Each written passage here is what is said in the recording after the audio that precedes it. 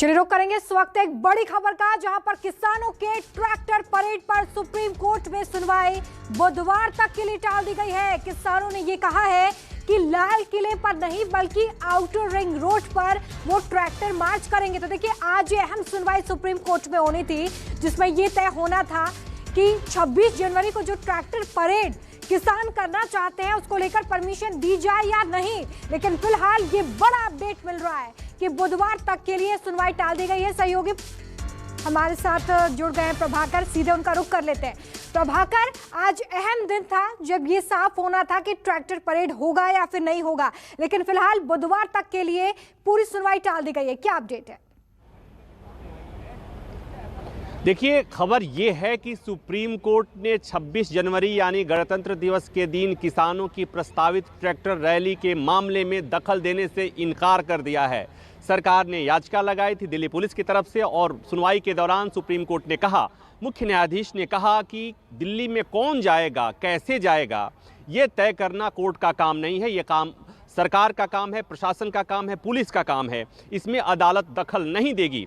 Solicitor general ने कहा कि लेकिन गणतंत्र दिवस की गरिमा का ख्याल रखे जाने की ज़रूरत है। उस पर उन्होंने कहा कि पुलिस के पास ये अधिकार है। ये चूंकि ट्रैक्टर रैली है, ये जो मसला है ये कानून व्यवस्था का मसला है और कानून व्यवस्था का देखना पुलिस का काम है, अदालत इसमें दखल नहीं देगी। तो मतलब ये हुआ कि अभी तक की स्थिति ये है कि किसानों की प्रस्तावित रैली के मामले में सुप्रीम कोर्ट ने दखल नहीं दिया है, कोई आदेश नहीं दिया है, कोई नोटिस जारी नहीं किया है।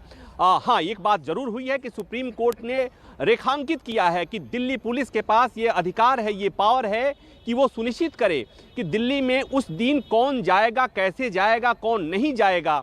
कानून व्यवस्था की स्थिति बहाल रखने की, बनाए रखने की जिम्मेवारी दिल्ली पुलिस की है। सुप्रीम कोर्ट ने सॉलिसिटर जनरल से ये भी कहा कि आपके पास पूरा अधिकार है, पुलिस के पास पूरा अधिकार है, हमें बताने की ज़रूरत नहीं है। तो मतलब ये हुआ कि अब पूरा एक तरह से कहें कि इस मामले से प्रस्तावित ट्रैक्टर रैली के मामले से सुप्रीम कोर्ट ने अपना पल्ला झाड़ लिया है, अगर हम दूसरे शब्दों में कहें।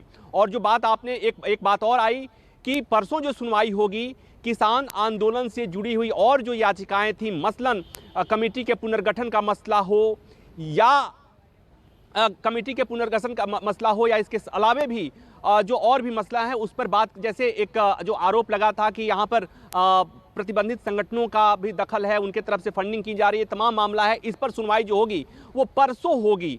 तो मतलब ये कि आज सुप्रीम कोर्ट ने साफ कर दिया कि ट्रैक्टर रैली के मामले में कोर्ट दखल नहीं देने जा रहा है, और सरकार को भी कोर्ट ने कह दिया कि ये सुनिश्चित आप कीजिए कि 26 जनवरी को कौन जाएगा, कौन नहीं जाएगा, और कानून व्यवस्था कैसे सुनिश्चित करनी है, इसका अधिकार है आपके पास, पुलिस के पास अधिकार है, और इसमें अदालत को बताने की जरूरत नहीं है, अदालत को कोई आदेश पारित करने की जरूरत नहीं है। प्रभाकर, मैं आपसे ये भी समझना चाहूंगी यहाँ पर कि 26 जनवरी को अब लगभग 7 दिन बाकी रह गए। कल 19 जनवरी को एक और बैठक होनी है किसान संगठनों के बीच में और सरकार के बीच में। तो कल होने वाली बैठक पर भी बहुत कुछ डिपेंड करता है।